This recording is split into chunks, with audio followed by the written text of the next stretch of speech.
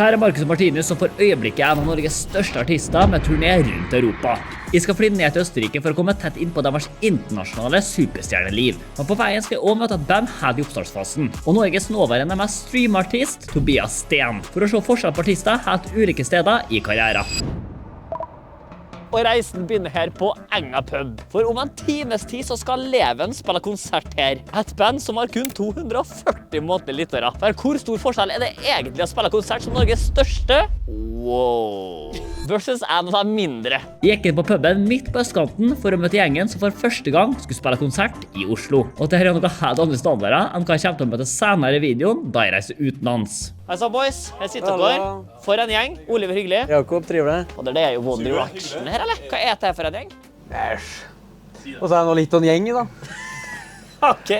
Ja, jeg ser det. Dere sitter og drikker øl. Det er vann her. Ja, sprit. Beklager, det er selvfølgelig sprit. Og det er plaster. Hva er det som foregår når dere slåss for konserter da? Nei, jeg blør mye på konserter, ser du. Så jeg må plastre tommerne mine. Du blør masse på konsert? Ja, for det er slær så hardt, vet du. På tromma, ja? Dere er et ordentlig rockeband, er det å forstå? Ordentlig rockeband, ja. Spiller skikkelig punkrock rett fram uten noe kødd. Rett fra levra. Yes, sir. Så vi kan forvente Leven i kveld. Men du kan. For dere er jo kalt Leven. Jeg har søkt på dere. 240 månedlige lyttere. Beklager. Det er open coming. Dere er fortsatt i oppstartsfasen. Ja. Men er dere fornøyd med 240 månedlige lyttere? Det er jo musikkstil som ikke er for elle, liksom, da. Så slik sett så er jo det egentlig midt i blinken, da. Jævlig kult på trange og litt lugubre plasser som dette er, da. At det liksom er litt skitent og ekkelt, liksom. Med 240 månedlige lyttere, og så er jo helt vanlige gutter. I går så satt vi og så på Nytt og tacoer som Jakob. Men når er det dere skal ha deres store breakthrough, da? Det blir jo forhåpentligvis etter i kveld, da. Og så er det litt PR fra det, og... Ja, nå er det bare å gå inn og bare promotere her. Det er bare jeg som skal ta en røyk. Ja, for her kan man røyke inn. Her er røyke. Ja, det er som er så fint da. Jeg som er vokalist, jeg må liksom ha... Det er instrumentet. Ja, det er instrumentet mitt. Ja, det er så fett da. Jeg synes det er så irriterende. Jeg prøver alltid å røyke inne, men det er ingen som lar meg få lov. Nei, her er det tydeligvis lov da. Nå er de gira. De er, ja. Det er elektrisk oppe. Ja, så er det lov. Skal bare sjekke stemningen. Ja, men det er bra. Så vi lover det er bra. Ja, men en perfekt backstage. Du får lov til å røyke inne. Helst at du får øl som står i kjøleskapet klart, men nå har kjøpt selv fordi at... Og så er det ikke så kravstående. Og at gode sofaer, det er viktig. Og så at det kommer en eller annen luring en gang iblant, og liksom, hei, nå er det jævlig mye folk ute her. Ikke hasj og heroin, Nei. men jeg vil ikke ha noen groupies eller andre folk her nede. Nei, det går bra. Det går fint. For det har jeg brent meg mye på. Ja. Jeg er ganske sikker på at vi bare fikk med lyden nå, men nå fikk de akkurat advarsel om at det ikke har låt med kokain og drugs og groupies ned der. Heroin. Og heroin er Så selvfølgelig... han drev jo på med det her før, så, men den er rein nå da, heldigvis. Så det... Nei, kødda. Er det god backstage-stemning, altså? Dere sa det at dere kjøpte øl av selv, ja? Ja, måtte det denne gangen her. Og så pleier jeg å avtale at vi får en rider, men denne gangen her så glemte oss det rett og slett. Ja, vi bruker alltid å spørre. Det er det som planen med denne videoen her. Vi skal alltid spørre hva folk har på rideren sin. Og så er det som regel 4 seksere med øl, og 4 pakker sigg, og en Farris. Det er så jævla kjekt å liksom få feil øl da. Da skulle vi jo ringe ned så har kjøpt oss selv i dag. Får dere betalt? Da kvelden her så får jeg for inngang. Så får jeg 90% tror jeg til inngangs... Ja, og så 150 spenn per billett da. Hvis det kommer 160 stykk da, så får jeg 16 000. Ja. Og som regel så spiller jeg egentlig bare for hyre, og det er på 10 000. Klarer ikke å leve alt her. Nei, Absolutt ikke. faen. Pengene blir brukt opp på byen etterpå, ja. Det blir det jo. Jakob ga meg så en tår av backstagen, og jeg fikk se hvordan det er for et band helt i oppstartsfasen. Ja, for her har du hatt lagret. Det er jo alltid greit å ha backstage med stoler. Verksted ser du her, hvis du har lyst til å fikse noe. Sag, Det er i kanskje. hvert fall ikke mangel på stoler her, ser jeg, så det er jo bare det er plass å sitte der nede. Det er det, vet du. Man rydder ut alt det stoler og bord oppe her, for det er utselt da. Har dere eget bad? Det er et pissoar der da. Ja, det er et konge, det. Man har gutta dame, liksom. Jeg er dame. Jeg har dame. Dere to er dame, men for dere blir jo rockstars, blir det masse dameoppmerksomhet. De står i kø, vet du. Er det, eller? Etter konsert? Nei.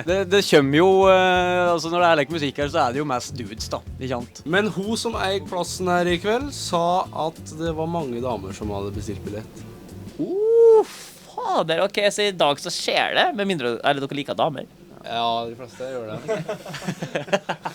alle har et alkoholproblem i denne gjengen her. Dere må drikke dere en del opp før konsert, eller? Ja, i hvert fall ha et par innabords. Jeg har jo spilt en konsert der jeg var litt edru, og den gikk jo ganske bra. Men også har jeg jo spilt en konsert der jeg var blackout drunk, og så hadde det gått jævlig bra da også. Gutta entret så scenen, og til mitt sjokk var baren fylt til randen. Det var ekstremt høy lyd, og jeg ble vitne til en god gammeldags rockekonsert. Og folk, dem var dritings. Selv med god stemning, så var det på tide for meg å ta et steg videre, og besøke noen som har kommet et par hakk lengre i karrieren. Og da endte jeg opp 78 grader nord, helt opp i Svalbard av alle ting, hvor de rosakledde maskene som tok Norge med storm i 2022 skulle spille konsert. De har lenge regjert Fest-Norge med låter som Dans på bordet og Mamma beklager. Så her er de tydeligvis på hotellrom backstage. La oss møte gutta før konsert. Nå er jeg spent. Wow! Han smale i bålen. Den tar jeg. Herregud, så utrolig hyggelig å bli invitert hit. Du er veldig hyggelig å ha deg her. Det var veldig rart, men det blir litt blikkontakt likevel. Velkommen til Bålenfors. Jeg må bare si det. Sist gang jeg møtte 3 Velkommen. gutta med rosa tøy på kroppen på et hotellrom, så gikk det ille. Da var ikke det rosa tøyet på huet. Dere skal spille altså i Svalbard. På Svalbard. På Svalbard, er det sånn man sier det? Dere blir så lokale allerede. Nei, altså, klubben heter Svalbard. Det er sinnssykt for en gimmick her på Svalbard. Hva er grunnen for at vi har endt opp i Longyearbyen? Samme grunn som deg, I guess. Mest random. Bare oppleve noe helt annet.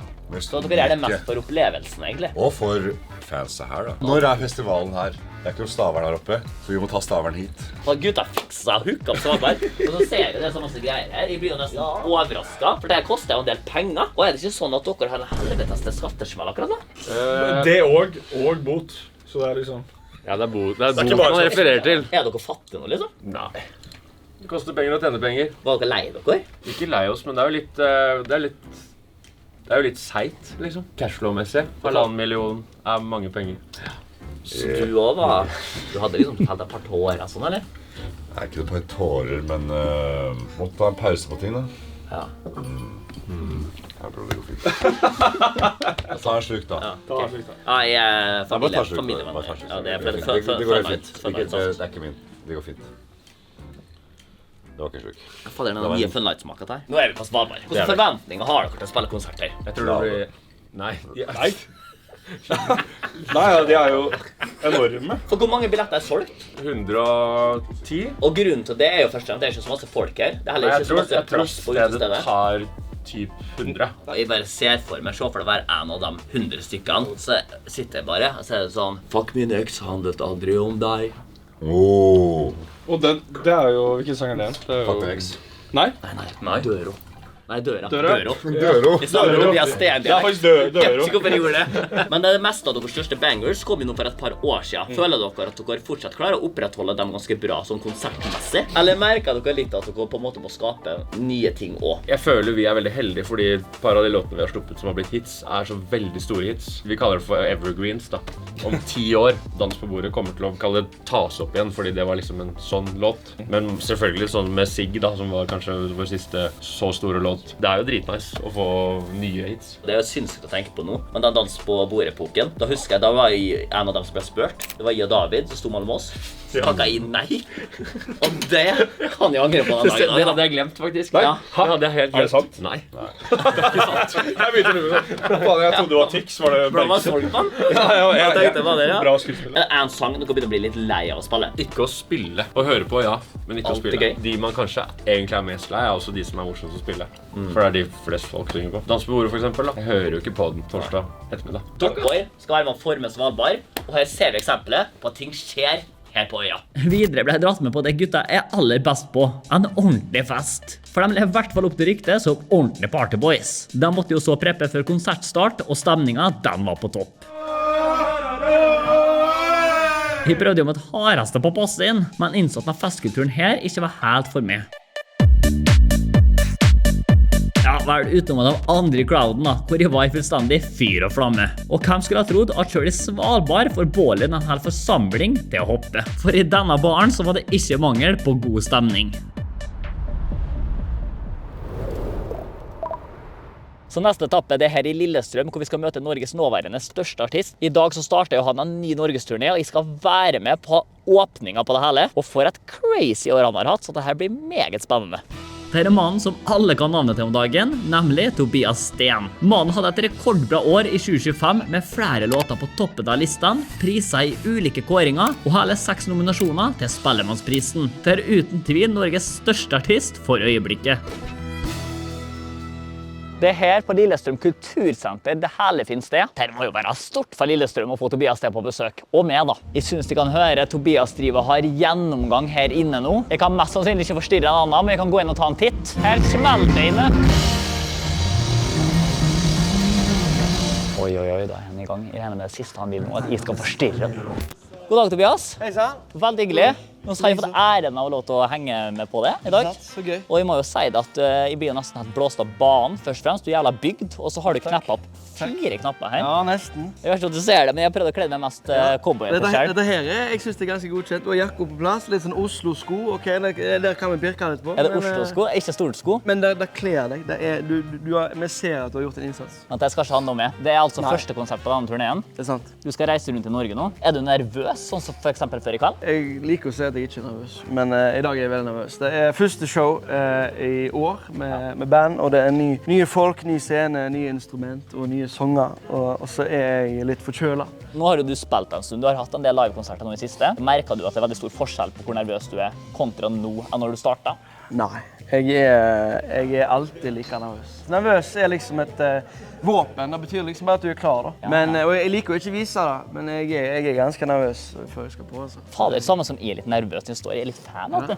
Jeg drev og streamet fader med så masse country, og jeg har aldri streamet så masse country som I 2025. Nei, takk altså. Og hvor mange kan vi regne med kommer til å stå her I Kalla, tror du? Jeg tror det er mellom 600-700 mennesker, tror jeg. Men her står du, får du litt blikkontakt med folk, ser man folk godt? Her blir du kjent med folk, på en måte. Så ofte første raden er jo de som er mest gira, kjøpte billett først, og kanskje har hørt flest sanger. Og så har du liksom foreldre, eller liksom 30 pluss I midten, og så har du de som vil snakke og drikke helt bak. Da. Så det er jo et lite hierarki her, på en måte. Jeg synes min fanbase er veldig ekte folk, og når jeg sier hør etter, så hører de etter liksom. For det er litt gøy at du sier, for jeg har vært på en Tobias Sten-konsert før I mitt liv, og da var det jo fullstendig kollaps på scenen, for da var det en som lå på bakken med Securitas over seg. Ikke sant? Er du I Molde nå? Jeg er I Molde. Ja, ikke sant? Satan. Må det være en rareste konsertopplevelsen du har hatt, eller? Det står jo kamel på siden og filmer liksom, og er helt nåløs. Det var gøy. Men jeg lærte mye den dagen, altså. Dagen etterpå så spilte jeg I Vikedal, og da ble jeg møtt av en svær security-gjeng. For det jeg hadde sett videoen, den florerte jo på internett. Selvfølgelig. Men du så jo veldig skilt ut. Du var helt sheriff der du sto og spilte videre mens han lå. Det var jo bare gøy, sant? Men fyren kunne jo drepe meg. Du sett I øynene hans. Han var ikke edru, for å si det sånn. Ja, men hva fader har du gjort med han da? Så Nei, får han til å være kaldkveld det. Jeg sa til politiet at det var favorittsongen hans da. Ja. At han bare ville bli med, men jeg tror han hadde litt feil approach. Og bak her så er det trommesett. For hvor mange er det I bandet som står bak? Vi 6 stykker på scenen totalt. Vi spiller jo 100% live da, det viktig å si. Så alt du ser, hører du på en måte, eller alt du hører, da ser du. Så det veldig viktig. Da har vi mange ting. Man trenger ikke å dra det under en kam, at det du synger om ofte hitter litt hjem hos folk. Masse mental helse og sånt. Da synger du fra egne erfaringer. Ja. Så du har gått gjennom det helvete og tilbake, det? Ja, jeg bare 22 år, men jeg har levd et liv. Så du ikke fremmed for å dele litt ting? Nei, jeg en veldig ærlig fyr. Og vi vestlendinger, vi går jo ikke rundt I grauten. Men det ikke så mange gutter som føler på ting. Og derfor synes jeg det kjekt å kunne komme her og representere de guttene som faktisk tør å snakke om ting. Da driver Tobias og drar med backstage her. Må jo innrømme at jeg føler meg litt fet da. Ja, for det sånn jeg ser ofte på film og fra tidligere opplevelser. Jeg har vært på et par backstage I mitt liv. Da det gjerne at en sofa sitter på. Det ikke kort vei, det ofte jækla lang vei, skal jeg si deg. Det jeg kan si om denne backstagen her at det en Dracula backstage. Det litt sånn Halloween her, ja.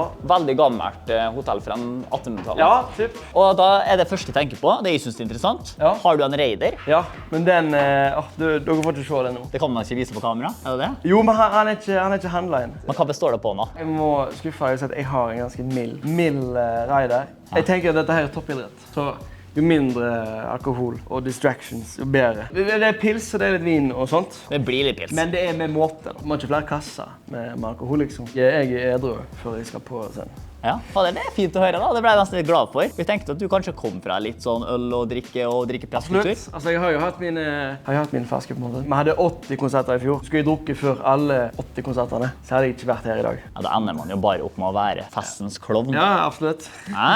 Og det siste året, 2025, ditt beste år, ditt eneste gode år, skulle jeg si. Eller det kanskje ikke, men det var i hvert fall et veldig godt år. Hvordan har det vært da? Jeg ser på 2025 som en slags feberdrøm. Det var så mye dopaminimpulser, og det var så mye bra ting, priser, folk som skulle rose deg og hylle deg. Hvorfor føler du at du fortsatt ikke har fått landet helt etter alt som har skjedd? Jeg tror ikke jeg får landet før jeg er død, på en måte. Nei, du lever på en måte drømmen, men det er fortsatt jækla slitsomt.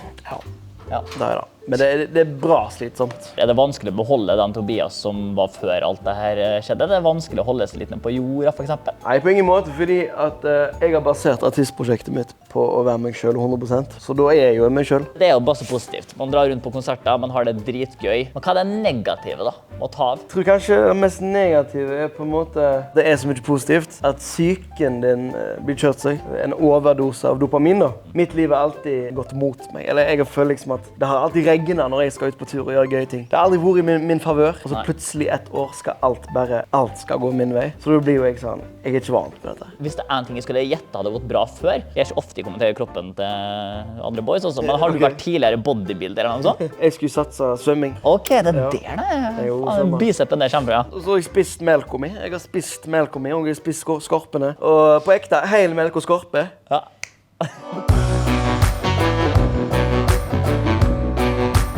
For på utsida her så har du en bil, en tourbus. Det er en midlertidig tourbus, kan man si. Ja, er det din egen som du eier, eller er det leiebil? Noe imellom, kan du si. Hvis jeg skulle ha gjettet hvordan bil Tobias Steen har, så hadde jeg gjettet akkurat den bilen her. Ja. Her får du plass til ganske mye, altså. Så har du en sofa helt bak. Så du kan sove her også? Kan jo da. Sitte her? Her får du plass til en hel familie. Ja, det er jo litt creepy at du sier.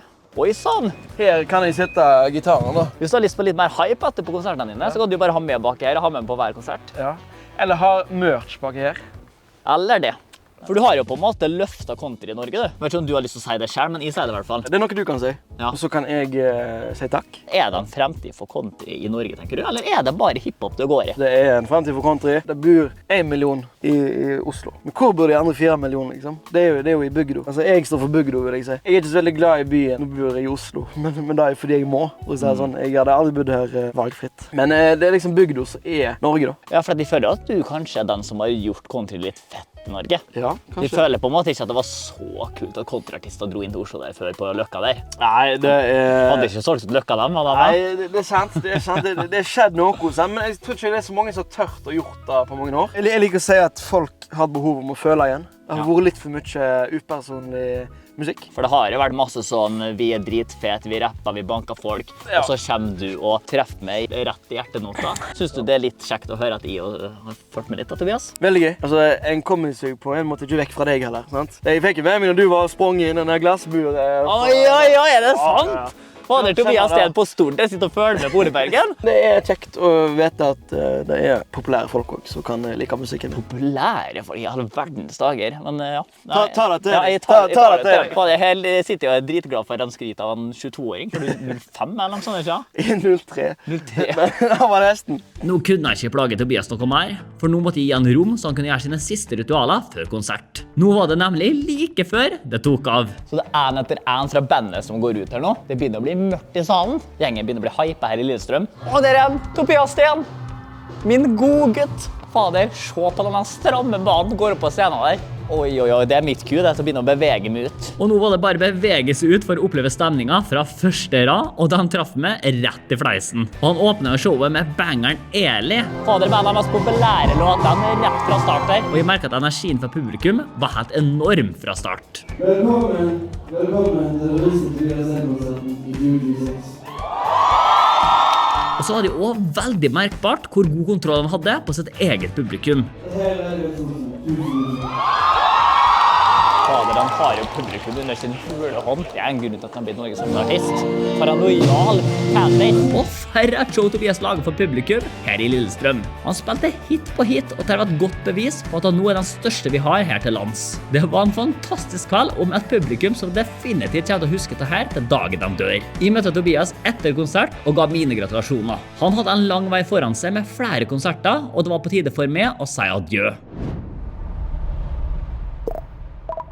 Neste sted jeg skulle var nemlig til Wien i Østerrike, hvor Marcus og Martinus var midt i sin europaturné. Herregud, tenk at de kommer hele veien hit til Wien for å se Marcus og Martinus spille sin livs største turné. Gutta som vi føler at jeg har sett vokse opp sekund for sekund, skal jeg nå snart danse til i en av de høye byggene der. Altså, de er jo masse større enn jeg ante med, og jeg har hørt at fansen deres også er jo helt sinnssykt gærne.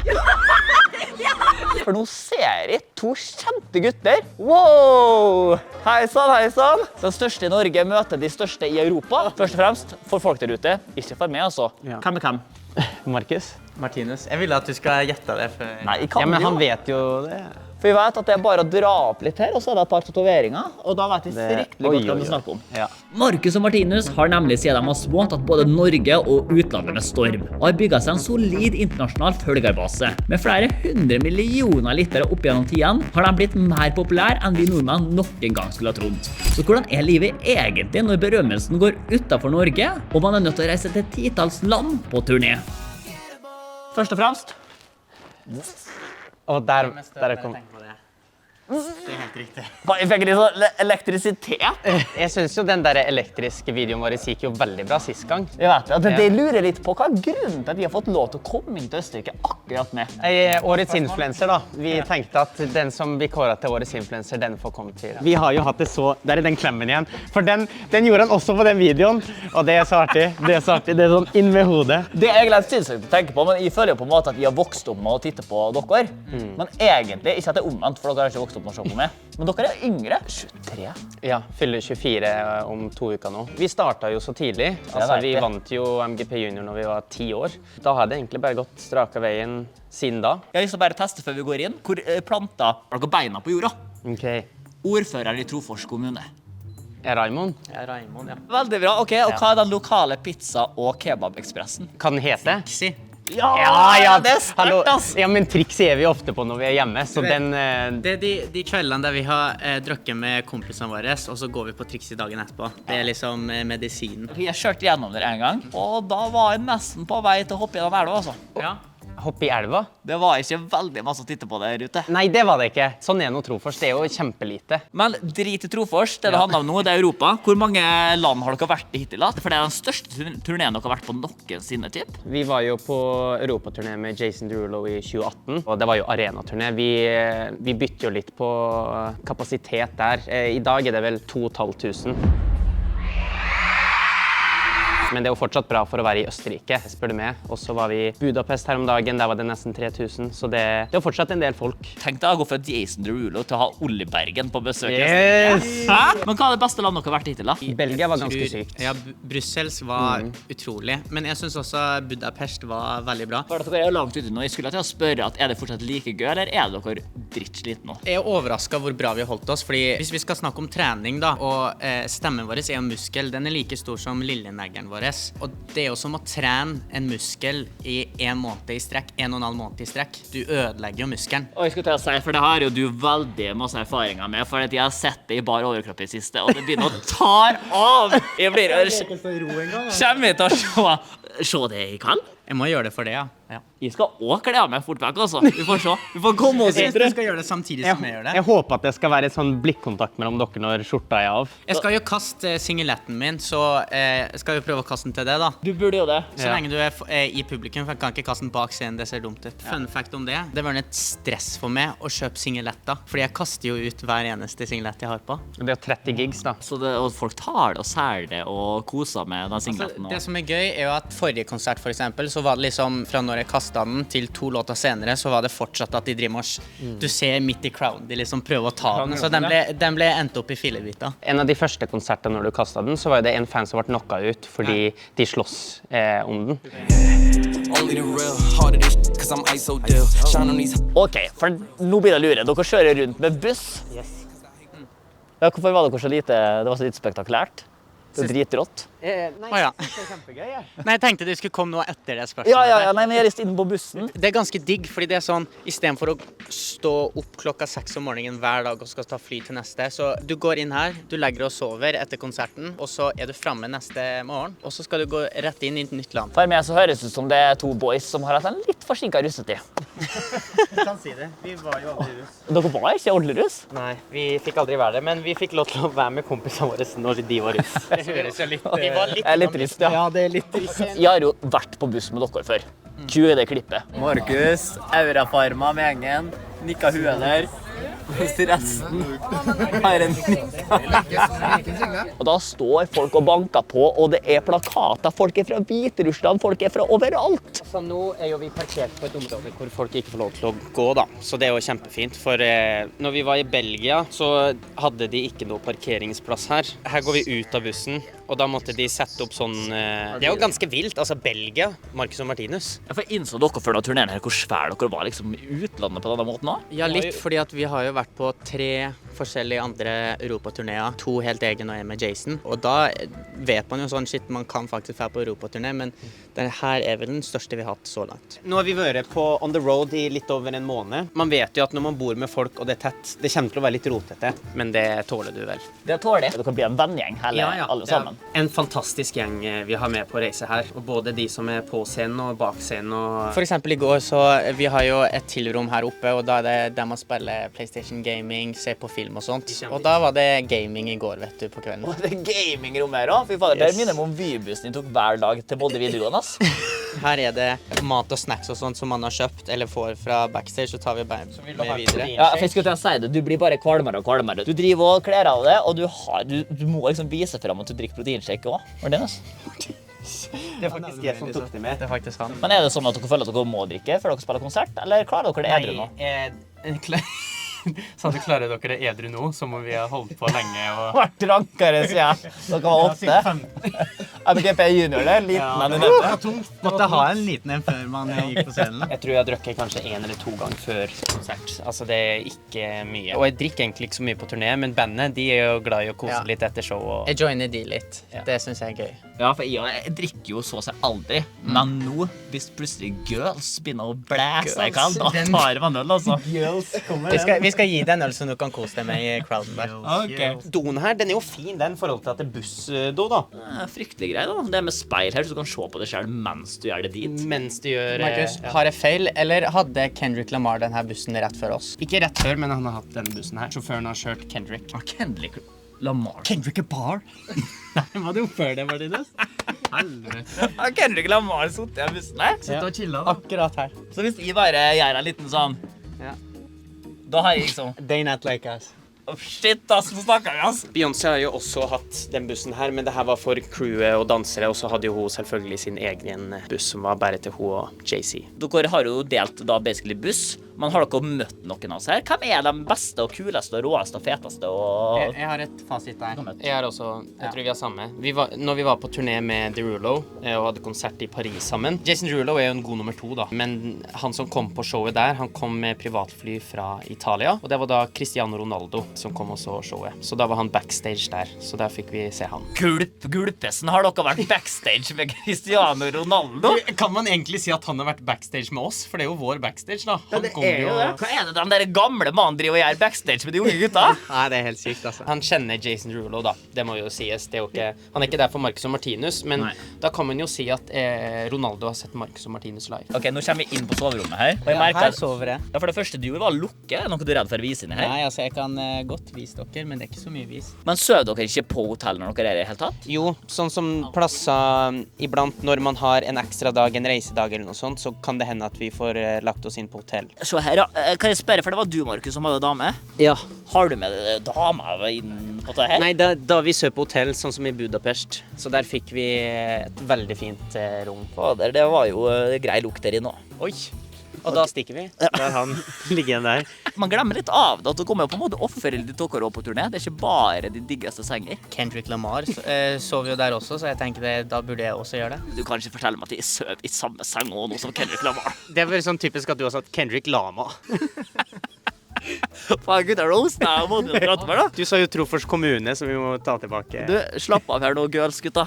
Når går det ut på dato at vi sier I'll be looking at girls når man 23 nå? Når skal man bytte til ladies?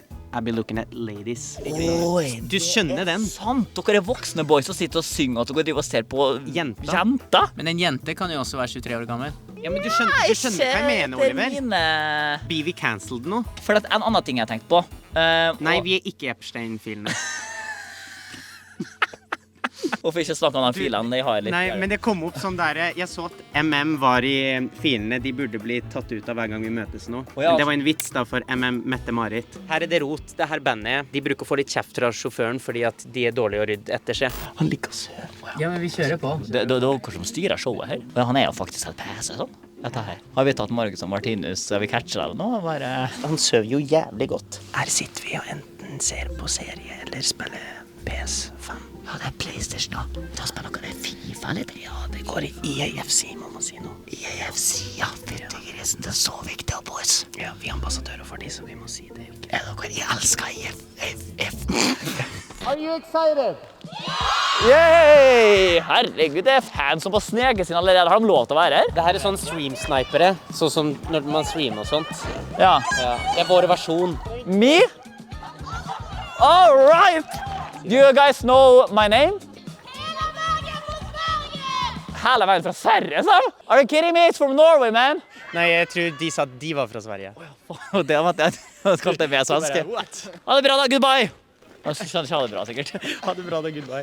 See you guys! See you guys. Og jeg begynner nå å komme i en litt sånn creepy kjeller. Ja, det kjennes litt sånn ut. Vi har vært her 3 ganger før. Her spiser vi jo mat, blant annet. Her er kokkene. Så de har laget frokost, lunsj og middag. Jeg har jo fått inntrykk av på internett at det er mange som er litt gærne. Er det noe som har tråkket over noen grenser nå på denne turneen her? På bare turneen, tenker du nå? Ja, kanskje generelt da. Det som er litt skummelt, noe som man ikke har tenkt over før man faktisk får ganske sånn folk som tråkker over linja, er jo at alle vet jo hvor vi bor hen, fordi den adressen har jo vært ute hele tiden. Og vi har jo hatt perioder hvor vi har hatt folk som har kommet med dødstrusler og sagt de skal voldta lillesøstre våre og sånne greier. Det skjedde jo med 2 tyskere som også kjørte hele veien fra Leipzig til Norge, som også hadde sagt det, og så ble de sett på Trofors også, men da kontaktet vi jo politiet. Men det er jo litt sånn trist når du har en sånn plass som du kommer fra som Trofors, hvor du skal føle deg så trygg, og så skjer sånne ting, så det er jo litt... Vi har nettopp flyttet til Trondheim, så vi tenkte at ok, greit, vi kan flytte i smug der, og så bor vi der liksom. En avis i Trondheim som liksom måtte påstå at vi bodde der, og jeg tror noen av de tok til og med bilde av balkongen der jeg bodde, og påstod det, her bor Martinus liksom. I den nye leiligheten. Bare sånn takk for det. Det er jo rart, og da vet man jo at folk vet hvor man bor på en måte. Ja, og det har jeg også tenkt på, fordi at Emma også har jo blitt veldig populær, og dere har på en måte vært gjennom samme løype som hun. Er dere bekymret? Hun har vel vært gjennom samme som oss, kanskje? Ja, det blir vel mer riktig, ja. Men er dere bekymret nå når hun på en måte begynner å eksplodere i fart og får en del PR? Egentlig ikke, med tanke på at vi har gått i det her selv, og trødd litt i problemer eller plasser man ikke skal gå. Da kan man si til Emma hva som er lurt å gjøre i disse situasjonene, så det tror jeg kommer til å gå veldig bra. Dere tenker ikke av at bare du er lillesøster, kunne ikke du bare blitt lærer, liksom? Hun har jo lyst til å bli advokat, da. Ja, hun er seriøs. Hun er Kim K her nå, så vi får jo se hvordan det går. Kjenner du lukta? Det stinker jo hasj her akkurat nå. Artist her i går som opptredde, vi tar den unnskyldningen på alle plassene. Det er en artist som opptredde her i går. Det er jo ikke lov å røyke. De sa også at han slapp nettopp ut av fengsel. Så dro han hit av det gig, så han gjør vel litt hva han vil egentlig. Det er jo selvest vi har ikke rukket for å introdusere ordentlig. Dette her er jo da hjernen bak det hele. Det er fatteren. Og du har blitt manager, og du er alt mulig mann. Ja, det er lenge siden jeg har vært manager. Det er kanskje 10 år siden det. Så du har vært det hele veien? Ja, hele veien. Nei, kom igjen da, gutta boys. Så her vet du, her er det ikke mye som vi har spurt om. Ingefærshot. Jeg kan fortelle deg litt hva det er egentlig. Det er egentlig at vi bare spør om litt brus, proteindrikke, og så vann og frukt. Red Bull vil jeg gjerne også ha. Men vi er kjempeenkle på rider. Det er bare at her så kan jeg på en måte expose dere litt, og her begynner liksom de Marcus og Martinus som jeg vokste opp å se på. Det er Kinder Max C, det er Haribo, det er Milka, og det er ikke måte på liksom. Og det godt å ta en Kinder iblant da. Dere ble jo kjent fryktelig tidlig. For dere gutta vokste opp som på en måte ble barnestjerner. Og det er en ting jeg husker, blant annet fra egne erfaringer, så var det at det kunne være en del hat på gutta. Det var liksom, dere var litt cringe, tenkte folk. Jeg husker blant annet at i utlandet så var det mange amerikanere som lagde video på musikkvideoen deres, hvor de hatet. It's Leafy, tror jeg han het. Riktig. Og han var jo populær. Han var giga, faktisk. Ja, så jeg tror han roasta driten ut av oss på hvert fall 2 musikkvideoer. For oss i starten så var det først veldig kult, for vi var sånn, oi shit, ja, han er jo megasvær og han snakker om oss. Men så tror jeg sånn i etterkant så var man litt sånn der, det var ikke så hyggelig egentlig. Men så tror jeg PewDiePie lagde en video om Leafy hvor han blant annet roasta oss. Etter det så tror jeg kanalen hans ble lagt ned. Så han fikk rett og slett litt tilbake. Litt karma da. Det husker jeg, for at det som skjedde, Leafy Sear var jo den største mobberen på internett. Jeg husker at han mobba dere med den musikkvideoen. Og så endte jo han ble jo mobba selv. Fun fact, han ble mobba for trynet sitt. Og at han hadde litt sånn lite hakeparti. Og det gjorde at jeg ble faktisk litt sånn oppmerksom på at jeg hadde det selv. Nei, må du slutte. Det er sant. Det var Leafy Sear at han ble mobba og gjorde at jeg ble insecure. Det er jo ofte de som kanskje er insecure på seg selv som velger å ta det steget og gjøre narr av andre. Ja, jeg vil stoppe dere litt, for jeg mener at dere fortjener litt hat i da. Bare la meg finne frem et lite bilde. Vent, jeg hørte ikke hva du sa der. Nei, heller ikke. Du skal for det. Bare ta frem bildet her. La meg stoppe dere litt, for jeg skal hate litt mer på dere. Ja, ok. Han skal hate mer på oss. Hvem er den skyldige? Ja, vær så god. Vær så god. Den er så vild. Det her ser ut... Det er så forferdelig. Jeg husker Erling Haaland, når han hadde signert for City og begynte å få penger, så var han kledd akkurat sånn. Ja. Nei, det her er forferdelig. Og det er da min bror. Og det er så ille. Det er du, Martinus. Men kanskje vi nettopp fikk penger vi også da. Og så gikk jeg på samme smell. Her har dere fått en hit. Dere har fått litt penger i banken. Og så går du lite ydmykt og bare går til innkjøp på det dyreste og styggeste jeg har sett. Ja, det er ganske stygt, altså. Jeg er helt enig med det. For at dere har jo hatt litt ulike frisyrer. Her er vi tilbake med man-bun. Jeg følte jo at jeg var med litt og fikk i gang den i Norge. Man-bunnen tilbake. Har du cred for man-bun i Norge, altså? Nei, men jeg føler at jeg var med litt på å få den tilbake i 2016 eller... For dere har jo hatt litt av hvert. Dere hadde jo den der sidecutten. Au. Da har vi kommet oss ut her til scenepartiet. Her skal det spilles i kveld. Det er her vi står og venter før vi går opp på scenen, vet du. Det er koselig. Føler dere litt at dere blir undervurdert i Norge? Ja, men litt. Jeg synes jo det, fordi at jeg tror ikke de fleste i Norge vet hva vi gjør i Europa. Må du ikke bli for cocky her? Nei, men jeg tror jeg møtte noen, jeg tror det var allerede i fjor, så sa de sånn, ja, du holder fortsatt på med musikk. Da blir man jo litt sånn... Nei, det er sant. Den hitter litt da. Jeg tror jo ikke at det er mange norske artister man kan nevne som drar på sånne europeiske turnéer da. Grunnen til hver gang vi møtes er at vi har jo lyst til å gi noe til Norge også, for vi gjør så mye utenfor, så det å få lov til å komme inn og være på det norske markedet, det er noe vi har savnet. Hvis jeg skal gi dere litt tilbakemelding, at det var mange år dere sleit litt med å komme dere vekk fra det barnestjernestempelet. Men vi fortsatt gjør det. Dere sliter med det fortsatt, tenker du? Det synes jeg. Folk ser jo på oss som de som lagde elektrisk. Ja. Så det er jo liksom det man prøver å komme seg litt bort og vise til den nye musikken. Men det kan man jo ikke. Altså, elektrisk er jo... Nei, men jeg prøver liksom å si at jeg vil også vise at vi kan noe annet enn elektrisk også. Takk for åpenheten. Jeg synes det var veldig vakkert, det, ass. Det var akkurat det jeg ville ha. Dere kan trøste dere med da, at dere tenker sånn, fuck, folk husker oss bare for elektrisk. Jeg tror det er verre å være 40 år gamle Petter Katastrofe og kun bli husket for det. Kanskje. Og mens Marcus og Martinus skulle forberede seg før konsert, var jeg nysgjerrig på å se om det var kommet fans. Jeg hadde hørt rykter om at de var helt crazy, så dette her måtte jeg oppleve personlig, og finne ut hva denne hypen rundt Marcus og Martinus faktisk er. Ok, nå ser vi køa her. Det ser ut som det er sjåkfullt allerede. Folk har jo på seg alle mulige plastposer. Is it okay if we could ask you some questions? Ok, de går helt gærent på Marcus og Martinus her. So you guys are from Austria? Yes. And you guys love Marcus and Martinus? Yes. Why? I listened to them when I was younger and now I still continued listening, so I'm a fan. And what's so special about these boys? I love their humor and I love their music. I love everything. And you have been waiting here for a long time? I came here yesterday to save Anama because the line started yesterday, but then I came today at 7 a.m. or a bit before. Wow, okay, so you are like die-hard fans? Yes. Okay, wow. Why do you like these boys so much? I grew up with them. They have been by my side since I was like 3-4 years old. I've met them multiple times and I'm very happy. Her måtte de dessverre kutte lyden for copyright grunner, men fansen kunne absolutt alle sanger utenat. Og det tok jo fullstendig av når de startet å synge bangeren Girls. Og like før konserten fikk jeg en liten prep med Martinus, hvor han til og med hadde en overraskende arbeidsoppgave for meg. Nå skal jeg la gutta være fred, for de skal starte inn, de må i zone. For dere har ritualet. Vi har det. En time før show så det alltid oppvarming. Når du har fylt 24 år, så skal jo du i mai da spille i Oslo. Det helt riktig, Unity Arena. 8. mai, folkens. Hæ? Men du går glipp av det viktigste du kan markedsføre med, og det at jeg skal være der også. Det helt riktig, med mindre jeg angrer meg. Trekk tilbake invitasjonen. Nei da, Oliver, jeg skal servere deg en øl eller to fra scenen der. Og har du noen arbeidsoppgaver til meg nå? Jeg har lyst til å være involvert. Ja, men vet du hva? Jeg tror jeg har en arbeidsoppgave som passer det helt perfekt. Fordi når man på konsert og synger, oi, begynner å få litt vondt i stemmen. Selvfølgelig groggy.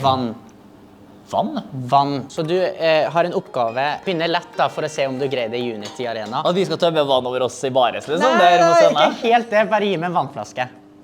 Og gi deg en vannflaske? Ja. Jeg skal ikke si hvor de men du må finne den. Ja, for det rå oppgave, ja, å få. Fy fader, altså, jeg skal levere en vannflaske i Wien. Fucker du det her opp, da avbryter jeg invitasjonen til Unity. Ok, da skal jeg få det til. Så jeg hadde altså blitt flydd inn til Østerrike for å være vanngutt på Marcus og Martinus. Venuen begynte sakte, men sikkert å fylle seg med rundt 3000 mennesker i salen, og jeg var klar som aldri før. Her ser vi outfitsa deres klar. En av dem kjører ganske tight Adidas-skjorte, og så her da det skikkelig popstars med glitter. Gjengen gjorde sine siste forberedelser, publikum var megaklare, jeg var fullt fokusert på å klare å gjennomføre min eneste arbeidsoppgave. Å levere vann underveis til Martinus. Der kunne jeg ikke rote til. Ja, og i det bare anlegget begynte å lage litt lyder, så tok det fullstendig av. Der publikummet her var mildt sagt klar for fest med sine idoler. Og gutta inntok scenen med stil. Og selv for meg så var det sjukt å se at de små gutta fra Trofors kommune var superstjerner her i Østerrike.